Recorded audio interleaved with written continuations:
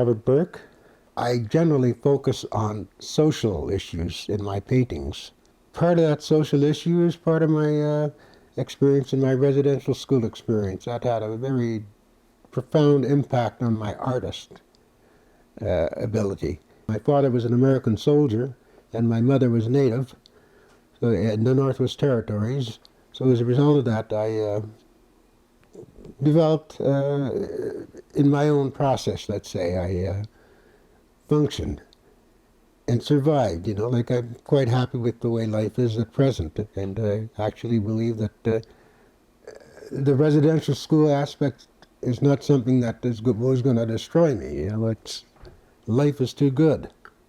I went to residential school when I was 4 years old, because I had, I was just more or less abandoned by my family, in a sense that, I was abandoned. I immersed myself in that school in terms like I spoke French as a child and, went to school and did whatever you had to do in that particular environment. It wasn't a very pleasant environment, and as a result of that, it altered my perceptions of how life would be.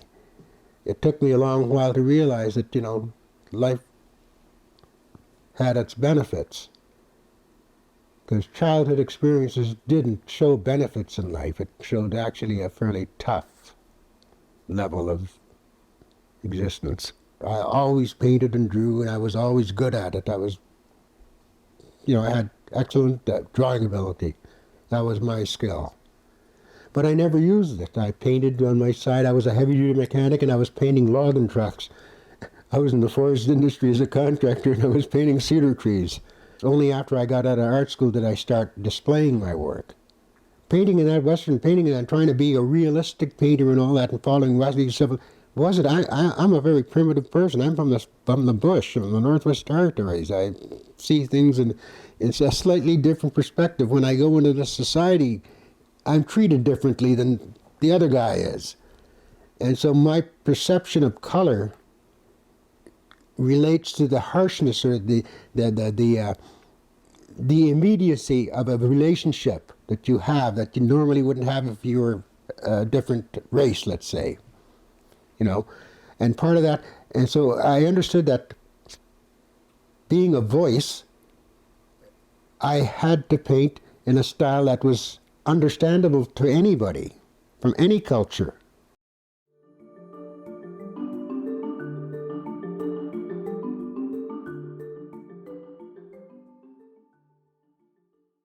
I went to residential school because I didn't have the opportunity to live with all these different families. In the North, you went to your uncle, say that your uncle, he kicked you out, went to your aunts, that type of thing. But you always had a family home to take you in.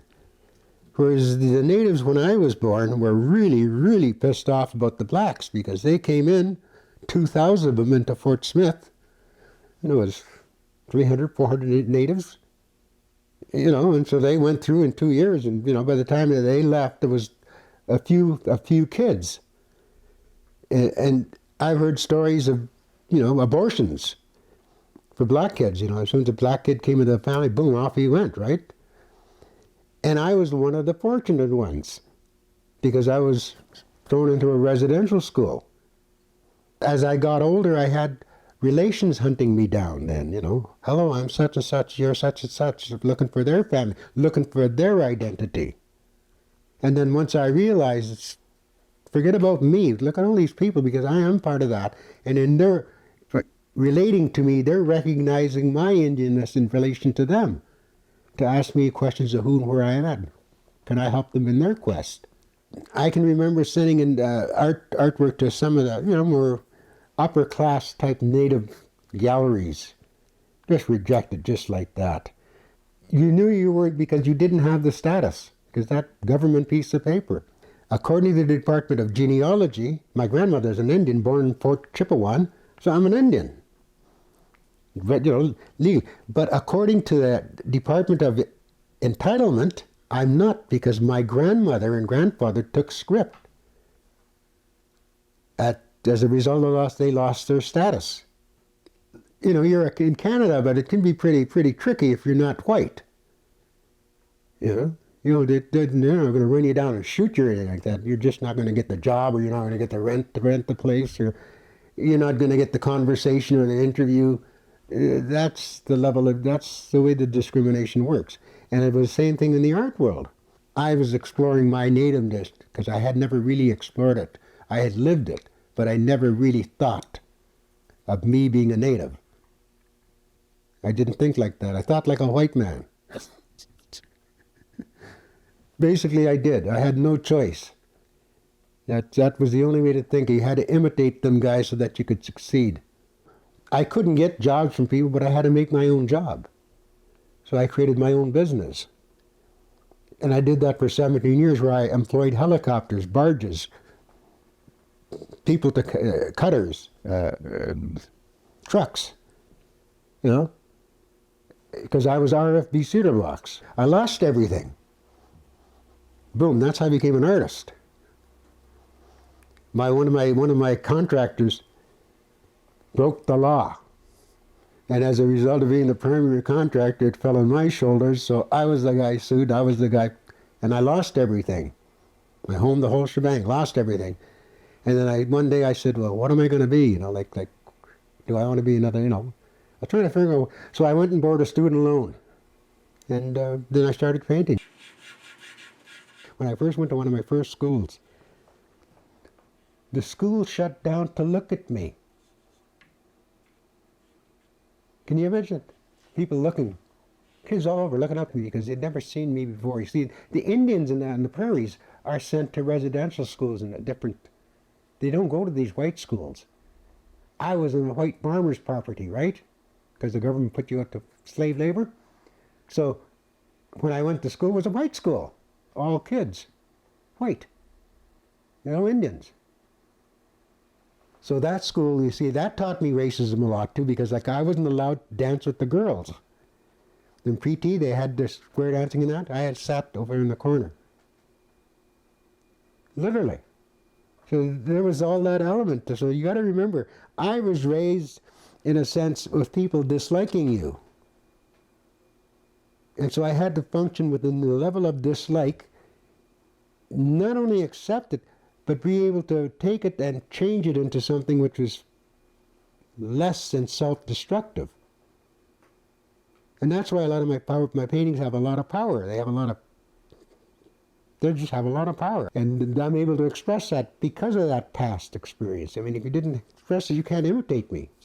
The social issues is where you get an audience and you get to talk to them. I didn't realize that I'm talking to a bloody audience. As a painter, it took me a long time. It's just like it took me a long time to be a businessman, to realize I'm the boss. I tell you what to do. I never had that experience in my life. I was always the guy who was getting screwed around and getting the dirty job and all that sort of stuff. So it took me several years to learn how to be a boss, how to be assertive, I have the control, to accept the fact that I am in control. And it's been the same way with the artwork. So there were a lot of things I didn't do, but there were a lot of things I did that I would never have done if I didn't follow the idea that I could be just as good as that white guy over there. As an artist, I try to express certain attitudes. The spiritual transformation is basically what I try to represent when I show the person in that particular point of view or aspect. I want you to see certain things in that painting so that I can't tell you, I wouldn't tell you, but you can actually look into a painting, and I have the ability to take you from you as a viewer into a situation in a painting which opens up something in you, just through the simplified use of color, perspective, and the volume of the shape of the imagery that I'm using, rather than showing an actual thing happening. I do show violence in a lot of my paintings, but I don't show people getting clubbed. But when you look at the painting, you realize there's a certain degree of violence to that particular painting. That's not subtle, it's very obvious. But then it's not sugar-coated either. It's an obvious thing. But it's a reality that you get to see, you get to feel.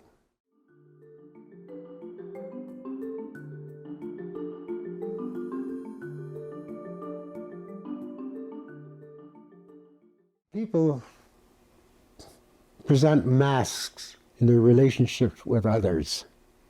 You never really get the true person. You do get a mask, because that's the image that they're projecting. And as a result of that, when you're dealing with people, to really get into them, you pretty well have to be very observant, or otherwise you'll just see the mask.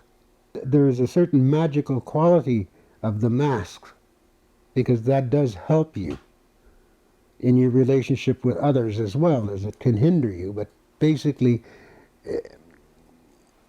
the most masks are generally nice. They're generally nice, they're pleasant masks, as opposed to the mask hiding a nasty personality.